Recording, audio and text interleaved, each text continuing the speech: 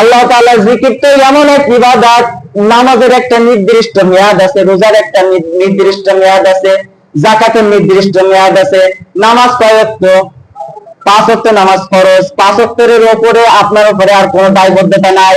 যাকাত করতে হলে তার একটা নির্দিষ্ট টাকা থাকতে হবে, এই কয় টাকা হলে আপনি যাকাত দিবেন।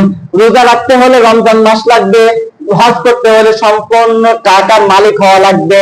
কিন্তু আল্লাহ রাসূল বলতেছেন জিকির হলো এমন একটি ইবাদত, যে ইবাদতের না তো কোনো টাকার অভাব, যে ইবাদত করতে না লাগবে তোমাদের কোনো মেয়াদ নাই।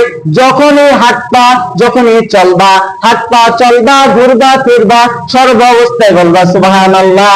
হাঁটতেছে বলো আলহামদুলিল্লাহ, ঘুরতেছে বলো আলহামদুলিল্লাহ, সর্ব অবস্থায় বলো আলহামদুলিল্লাহ। আল্লাহ বলতেছেন প্রত্যেকটা সেকেন্ড, প্রত্যেকটা মিনিট, প্রত্যেকটা ঘন্টার জন্য আমি আল্লাহ সুবহানাহু ওয়া তাআলা তোমাদের অসংখ্য নেকি দান করব। সুবহানাল্লাহ।